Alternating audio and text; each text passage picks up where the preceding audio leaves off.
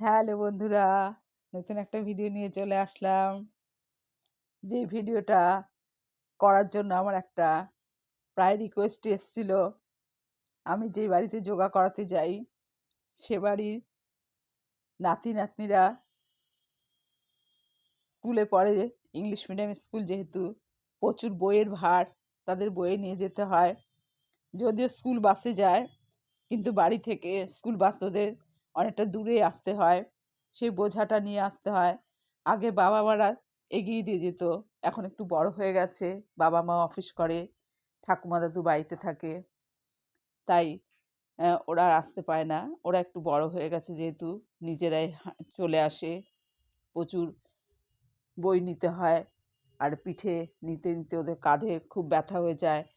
তাই বাড়িতে এসে ওর ঠাম্মিকে বলে, আমাকে একটু এই জায়গাটা চেপে দাও, এই জায়গা চেপে দাও। ঠাম্মি খুব কষ্ট পায়, বলে সত্যি দেখো বাচ্চাদের কি অবস্থা, এত কষ্ট এসছে। এসে আমি যখন ওর ঠাম্মাকে করাতে যাই, তখন ওরা স্কুল থেকে আসলে ওর ঠাম্মি ওদের খাবার টাবার দেয়। তখন ওদের বলে, মানে তো খেয়ে দিয়ে ওরা বিশ্রাম করে, আবার ওদের প্রাইভেট টিউটর আসে, পড়তে বসে পড়ে, আর উনিও আমার কাছে করে। তখন আমাকে বলে সেদিন বলছে, দেখো না এরকম এরকম অবস্থা, ওরা তো সময়ও পায় না যে তোমার কাছে করবে। ওর মা দেখে করে, দাদুও দেখে করে, ঠাম্মি বেশি আর কি। ঠাম্মিকে অ্যাক্টিভ এমন রাখার জন্যই মানে বৌমা শাশুড়ির প্রতি খুব যত্নবান।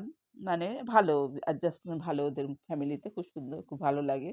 গেলে গল্প গল্প করি, খুবই ভালো লাগে। আর আমার একটু বয়স্ক লোকেদের সঙ্গে মিশতেও খুব ভালো লাগে। হ্যাঁ, সেই জন্য ছোটবেলায় আমার ছেলে বলতো, তোমার সব বয়স্ক বন্ধু, তোমার সব বয়স্ক বন্ধু। সেরকম কিছু না, মানে আমার গল্প করতে ভালো লাগে। যাই হোক, তাই ও ভদ্রমহিলা বলছে যে এরকম কিছু এক্সারসাইজ কিছু করা যায় কি না, ওরা যাতে একটু আরাম পায়, তুমি একটু একটু বলে যেও ওদের, বা আমাকে একটু বলবে, আমি ওদের দেখিয়ে দেবো। তাই উনি তো বয়স হয়ে গেছে, ওনার তো ব্যথা ট্যাথা এসব, কোমর টোমর ব্যথা, পিঠ ব্যথা এগুলো থাকে, হাতে ঠাতে যেন আম, এগুলোই ব্যথা ট্যাথা একটু বেশি, তাই জন্যই করা। তারপরে উনি মাসাজের তেল ঠেলও আমি বলে দিই, সেগুলো মাসাজ করে তেল ঠেল দিয়ে। তা বাড়িতে লোকও আছে। যাই হোক, বাড়ির গার্জেন হিসাবে বাচ্চাদের দেখা টাকার ব্যাপারে তো বাড়ির লোক থাকলে বেশি সুবিধা হয়। আর ছেলে বউ যেহেতু বেরিয়ে যায়, ওনার সমস্ত দায়িত্ব।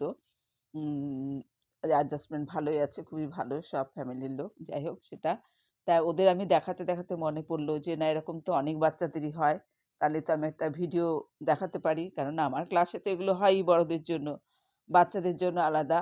সেই হিসাবে কাঁধের ব্যথার জন্য বাচ্চাদের যেসব এক্সারসাইজগুলো আছে, সেগুলো আমি এখন একটু দেখানোর চেষ্টা করব। তাহলে হয়তো অনেক বাচ্চারাই যদি স্কুল থেকে এসে তারা, এটা বিশেষ কোনো খাওয়া দাওয়ার ব্যাপার নেই, এসে তারা টিফিন খেলো, তাদের প্রাইভেট টিউটর আসলো, বা তার আগে একটু করে নিল, বা পড়তে বসলে পড়া শেষ হয়ে গেলে তারপরে একটু করতে পারে, বা বসেও তারা একটু করতে পারে। টিচার পড়াচ্ছে লেখাচ্ছে, একটু ভালো লাগছে না, যেহেতু বাচ্চারা সারাদিন স্কুলে তাদের টাইমটা বেশি চলে যায়, সেই হিসাবে তাদের প্রথমেই যেসব এক্সারসাইজগুলো দেখানো হবে, কাঁধের যে এখানে ব্যাগটা রাখে তার জন্য তো ব্যথা হয়ে যায়, তাই জন্য প্রথমে কাঁধের একটা হাতকে পুরো সোজা করে ওপরের দিকে তুলতে হবে। একটা হাত মুদ্রা থাকবে, একটা হাত পুরো সোজা স্ট্রেট করে তুলবে। তুলে হাতটাকে মাথার ওপর দিয়ে এপাশে কানে লাগানোর চেষ্টা করতে হবে। আবার শ্বাস ছাড়তে ছাড়তে ছেড়ে দিতে হবে, ছেড়ে দিয়ে আবার নিচে চলে আসবে, নিচে চলে এসে মুদ্রায় বসতে হবে। আবার এটা সামনে থেকে কানের পাশে নিয়ে যেতে হবে, নিয়ে গিয়ে আবার এরকম করে যতটা পারে এই কানটা ধরার চেষ্টা করতে হবে। আবার শ্বাস ছাড়তে ছাড়তে ছেড়ে দেবে। শ্বাস ভরে নিতে হবে, হাতটা উঁচু করে প্রথমে সামনে আনতে হবে, তারপরে সাইডে নিতে হবে, তারপরে উঁচু করে শ্বাস ভরে নিয়ে মাথার ওপর দিয়ে হাতে কাঁধের এখানে একটা আপ ডাউন হবে শোল্ডারে, এরকম করে এনে এখানে কানটা ধরার চেষ্টা করবে। কিছুক্ষণ থাকবে, 10 সেকেন্ড কাউন্ট করবে, 1 2 3 4 5 6 7 8 9 10। ধীরে ধীরে শ্বাস ছাড়তে ছাড়তে আবার নর্মালে এসে হাত পাশের থেকে সোজা হয়ে এসে এখানে বসবে। আবার এটা চলে যাবে উপরে, শ্বাস ভরে নিয়ে চলে যাব, 1 2 3 4 5 6 7 8 9 10। আবার শ্বাস ছাড়তে ছাড়তে হালকা করে পাশে চলে যাবে সোজা, গিয়ে সামনে এসে বসবো। এগুলো এপাশে 5 বার, এপাশে 5 বার করতে হবে। আমি বলেছি স্কুলে গিয়েও ব্যাগটা রাখবে, রেখে এগুলো একটু করে নেবে, তাহলে দেখবে ব্যথাটা কমে যাচ্ছে। তারপরে কি করতে হবে, একটা এই কাঁধে হাত রাখতে হবে, আবার নিচে নিয়ে আসতে হবে, আবার এই কাঁধে হাত রাখতে হবে, আবার নিচে নিয়ে আসতে হবে। এরকম করে এই কুনুইটা যেন সোজাসুজি থাকে, নিজের মুখের সোজাসুজি কুনুইটা থাকে। এভাবে কুনুইটা রাখতে হবে, এখানে একটা চাপ পড়বে, আবার এখানে নিয়ে আসতে হবে, একটা চাপ পড়বে, এখানে একটা চাপ পড়বে। প্রত্যেকটা 5 বার 5 বার 10 বার করে করবে, 5 বার 5 বার 10 বার করে এটা করতে হবে। তারপরে বডিটাকে একটু ঘুরিয়ে নেবে, হাত দুটো এরকম করে বডিটাকে ঘুরিয়ে নেবে। তারপরে ঘাড়টাকে একটু করবে, ঘাড়টাকে এরকম করবে, এরকম করবে। যেহেতু মাথার সঙ্গে ঘাড়ের সঙ্গে কাঁধের সঙ্গে সব একসঙ্গে জয়েন্ট, পুরো ওপর পোর্শনটা করে নেবে। এরকম করবে, সোজা রাখবে, আবার এরকম করবে, সোজা রাখবে, আবার একটু এরকম করবে, স্পন্ডিলাইটিসের মতো। এ থেকে তো স্পন্ডিলাইটিস হয়ে যায় না, এরকম করবে। তারপরে একটু ঘাড়টাকে এখান থেকে মাসাজ করতে করতে নিয়ে আসবে, মানে ট্যাপিং করতে করতে নিয়ে আসবে। এগুলো সব নিজেরাই করতে পারো, মনোযোগ দিয়ে নিজেরাই করতে হবে। বাচ্চাগুলোকে আমি বলে দিয়েছি, বা যে কোনো বাচ্চাদের নিজেরাই ট্যাপিং করতে করতে চলে আসবে। তারপরে এখানে মারতে হবে কাঁধের মধ্যে, 5 বার করে ট্যাপ করতে হবে এখানে, হাঁটুটাও হালকাভাবে 2 হাতে এখানে ট্যাপ করতে হবে।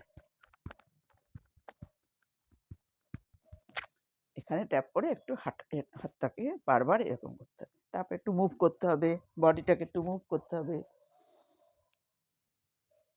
বডিটাকে মুভ করতে হবে, এরকম করে বডিটাকে মুভ করতে হবে। পুরো কোমরের থেকে একটু বডিটাকে মুভ করতে হবে। পিঠের ওপরে যেহেতু ব্যাগটা থাকে, ব্যাগটা কাঁধ থেকে পিঠের ওপর যায়, সেই সময় বডিটাকে একটু নিজেকে মুভ করতে হবে। একদম হালকা লাইট এক্সারসাইজ, যেটা খুবই আরামদায়ক এবং ভীষণ ভীষণ উপকারী। বাচ্চারা যদি ছোটো বয়স থেকে এগুলো প্র্যাকটিস করে, তাহলে তাদের পরবর্তীকালে কোনো শোল্ডার পেন হবে না, কোনো রকম স্পন্ডিলাইটিস হবে না, সুস্থ থাকবে তারা, এবং ব্লাড সার্কুলেশন ঠিক হবে, এবং ভারী ব্যাগ নিয়ে যে যাওয়া আসা করতে বিশেষ কোনো অসুবিধা হবে না। ব্যাগটা বাড়িতে এসে রেখেও একটু করে নিতে পারে, বা একটু এটাতে বিশেষ কোনো খাওয়া দাওয়ার ব্যাপার নেই। খেয়ে দিয়ে টিচারের কাছে পড়তে বসলো, একটু বসেও একটু করে নিতে পারে। একটা একটু 2 মিনিট 3 মিনিট করে করলো, তারপরে আবার করলো। এগুলো তো টাইম দিতেই হবে না? স্কুলে গিয়ে ব্যাগটা রেখে একটু করে নিতে পারে। স্কুলেও ওদের বিভিন্ন ক্লাস হয়, যোগব্যায়ামের ক্লাস আছে, বিভিন্ন রকম খেলাধুলা আছে, সবই আছে। কিন্তু যখন ব্যাগটা নিয়ে রাখে, তারপরে যে সমস্যাটা হয়, সেটা সঙ্গে সঙ্গে রিমুভ করার জন্য নিজেকে একটু হালকা এক্সারসাইজ করতে হবে। তাহলে কী হবে, যেই সমস্যাটা হয় সেই সমস্যা থেকে তাড়াতাড়ি রিলিফ পাবে, এবং এটা একটা করলে কী হয়, একটা অভ্যাসে দাঁড়িয়ে যায়। ছোটোর থেকে এটা করলে একটা অভ্যাসে দাঁড়িয়ে যায়, সেটা পরবর্তীকালে ওদের মধ্যে থাকে। তাহলে পরবর্তীকালে তাদের বিশেষ কিছু অসুবিধা হয় না। যে কোনো কিছু ছোটো বয়স থেকেই বাচ্চাদের শেখাতে পারলে খুব ভালো হয়। যার জন্য ওর ঠাম্মি যেহেতু করে, ওরা ঠাম্মিকে খুব ভালোবাসে। ঠাম্মি যেহেতু করে, ঠাম্মিকে ওরা বলেছে, "ঠাম্মি তুমি আন্টিকে বলবে।" তা আমাকে বলল, আমি ওদের সঙ্গে সঙ্গে দেখিয়ে দিলাম। খুব খুশি হয়েছে দুটো দুটো ছেলে, ওরা খুশি হয়ে ওরা করেছে। তারপরে এখন ভাবলাম যে না, আমি তাহলে আমার ভিডিও করতে পারি একটা। আজকালকার ছেলে মেয়েদের তো এরকম সমস্যা হয়ই।